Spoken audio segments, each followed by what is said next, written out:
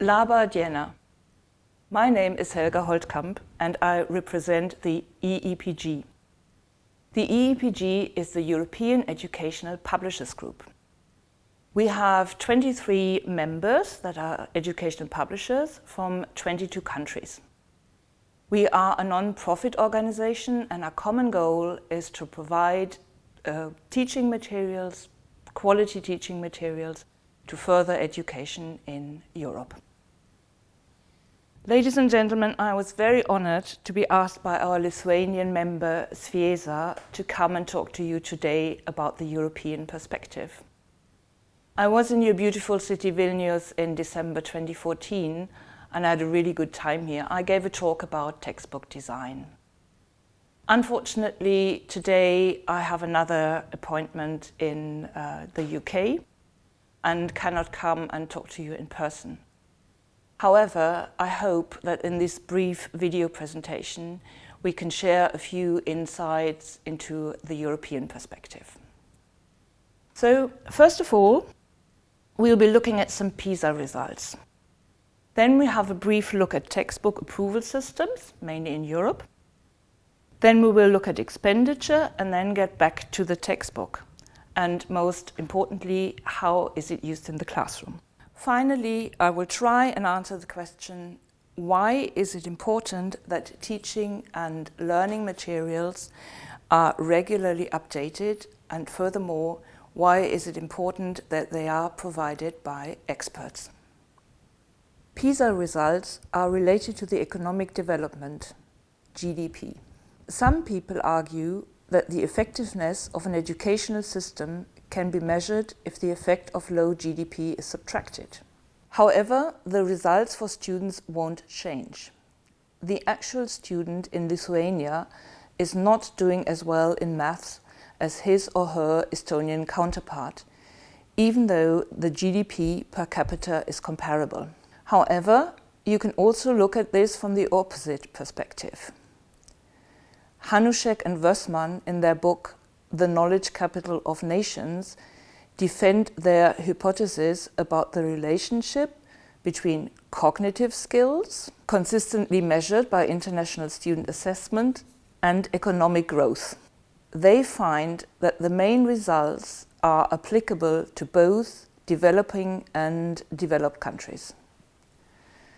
They demonstrate, for example, that the Latin American growth puzzle, low PISA, and the East Asian miracle, high PISA results, can be explained by these regions' knowledge capital.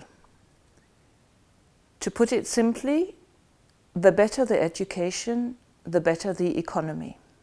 What are the political implications? Well, Hanušek and Wössmann call for an educational system that develops effective accountability, promotes choice and competition, and provides direct rewards for good performance. Some PISA findings. Take a look at these figures. In 2012, Lithuania was roughly in the middle of 65 countries, with Shanghai, China at the top and Peru at the bottom. I'm comparing Lithuania here with 6 specific European countries. It was doing better than Hungary, Serbia or Bulgaria, but not as good as Denmark, the Czech Republic or the Netherlands. So why do I mention those 6 countries specifically? It's because I want to show how textbook approval systems can be correlated to those PISA results. So let's look at these approval systems. First of all, why do some countries have approval systems and others not? If they have them, the argument is usually that parents, regardless of their social standing and status, have a right for a good education of their children, and the government must guarantee this. Another argument is that only an approval system can guarantee that the curriculum is observed. Countries without a formalized system argue that teachers are in the best position to decide what is good for their students. including the selection and use of textbooks. Okay, let's look at this figure, this table, which shows what models there are and how you can establish which model is used in a specific country. The first question to be asked is there state approval? Then you ask about the number of approved books. Then you ask whether the system is prescriptive or recommended. You carry on through this table until you can classify your country as one of the models A to E. After having established what model a country belongs to, the question is there a difference in PISA results between these models?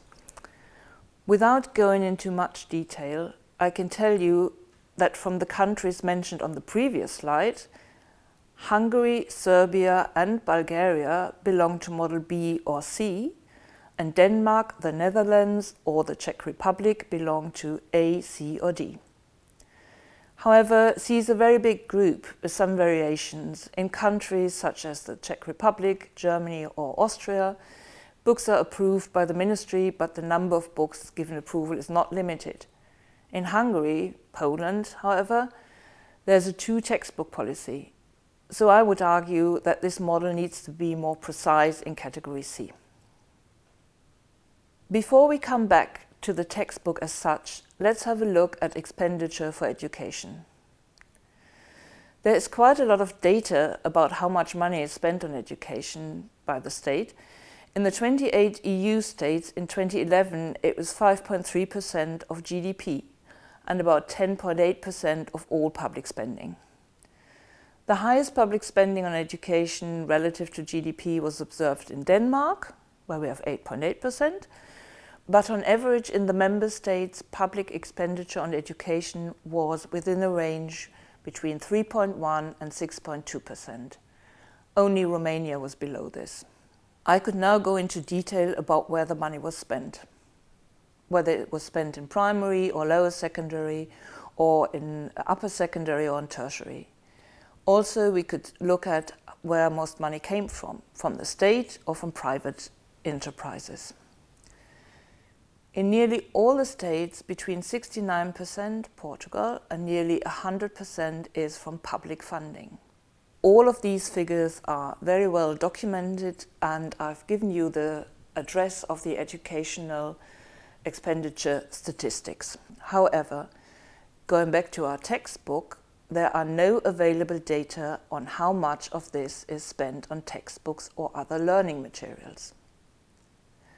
Since there are no such statistics, we asked our members how their governments deal with these issues. We asked for an average sum that was spent on textbooks for each student a year, and we asked who provided this sum. As expected, we got very mixed and diverse answers. So, let's look at some of those diverse answers. First of all, it has to be said that the costs of textbooks and what is spent on each student per year vary widely.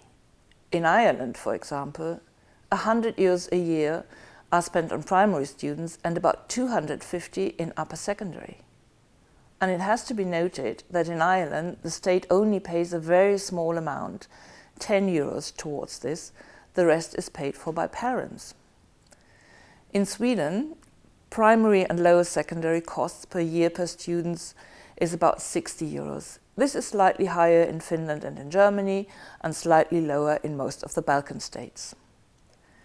However, this cannot always be clearly specified, since there is a lending system in many countries, whereby books are expected to last for 3 to 5 years, sometimes they are even used longer.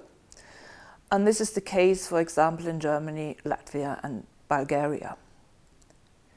Also, there's often a mixture, whereby parents have to buy the workbooks, while proper textbooks are funded by the schools.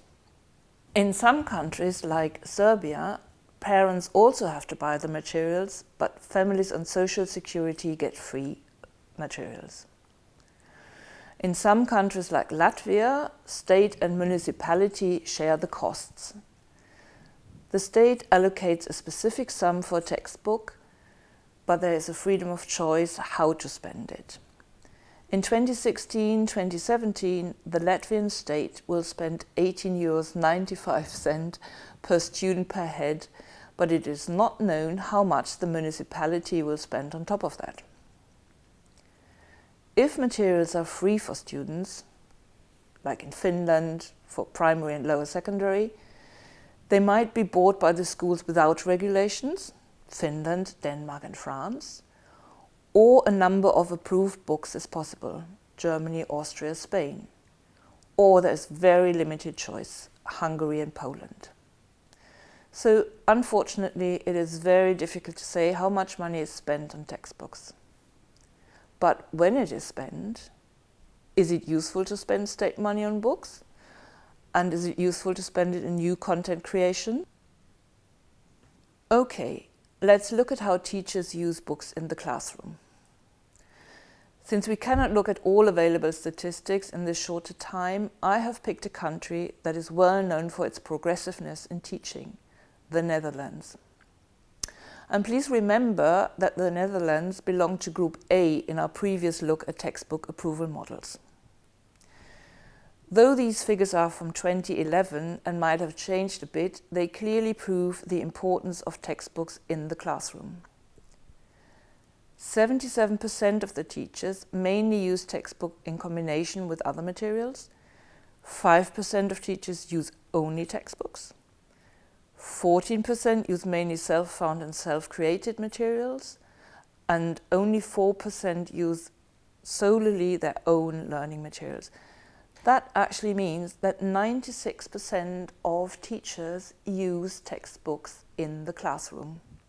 So now let's look at why teachers rely heavily on textbooks, especially in a totally deregulated market like the Netherlands or Denmark. There they could actually use anything they want, yet 96% use still the textbook in the classroom. By the nature of teaching, teachers tend to be more activity-orientated than goal-orientated. Their time is best spent reacting with students, working with the students. Aspects of curriculum design and structure can therefore be met better by textbooks than by teachers.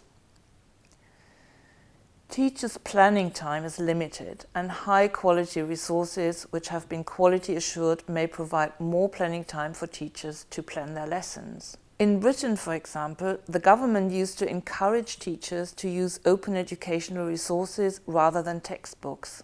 This changed dramatically in 2014 when they went the other way. Why? Because PISA results had shown that British students were lagging behind those from countries with heavy textbook usage, like Finland and Singapore. For teachers, well-structured textbooks reduce workload. They don't have to produce worksheets all the time. For students, knowledge-rich and updated textbooks mean that they can read beyond the confines of the classroom and of the exam syllabus. And finally, for parents, textbooks are a guide to what their children are being taught in school. Textbooks also cater for differentiation. It is impossible for teachers with 25 or 30 pupils in their classroom to adapt each lesson to the needs of these individuals.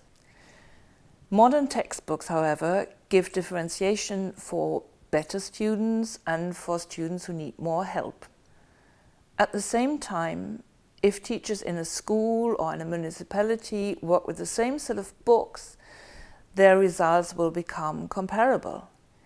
If you and your class are in chapter 7 and your partner's class is in chapter 8, then there's clearly a difference between the two classes.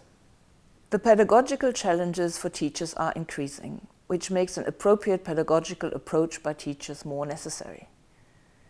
Teachers nowadays are more and more involved in coach-like roles. It is therefore very important that textbooks, at least partly, take over the typical didactical and instructional role of teachers. What are the wider political implications of this? I like to argue for the importance of updated and curated content. It is very important for every economy to have an internationally competitive workforce. This can only be achieved by adequate and modern teaching and learning materials. Publishers can guarantee that content is correct, unbiased, and up-to-date.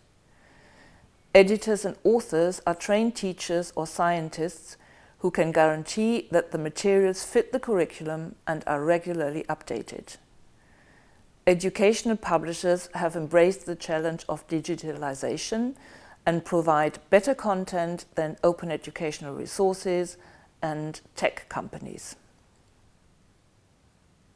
Please take a minute to read these recommendations.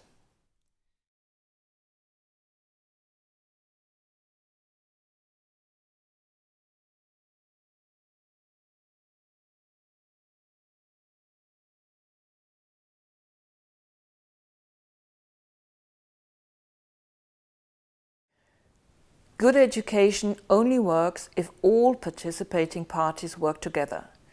Policymakers, teacher trainers, schools, content providers, and students and parents. And even though there are many factors that influence the outcome of assessments such as PISA, it is clear that teaching materials play an important role worldwide. Such states that give adequate funding but also allow schools and local authorities freedom of choice do very well. As we have seen, the situation is complicated and it's different in every country. However, all over Europe, educational publishers are talking to their governments and they are collaborating. The Educational Publishers Forum, of which the European Education Publishers Group is a member, regularly communicates and cooperates with international agencies, including the European Commission, OECD, UNESCO, WIPO, and the World Bank. Together, we have published a policy paper which I strongly recommend. It is called Educational Publishing, Enabling the World to Teach and Learn. You saw the address on my last slide, and with this I would like to say thank you for your attention, and I hope there will be another chance for me to visit your beautiful city.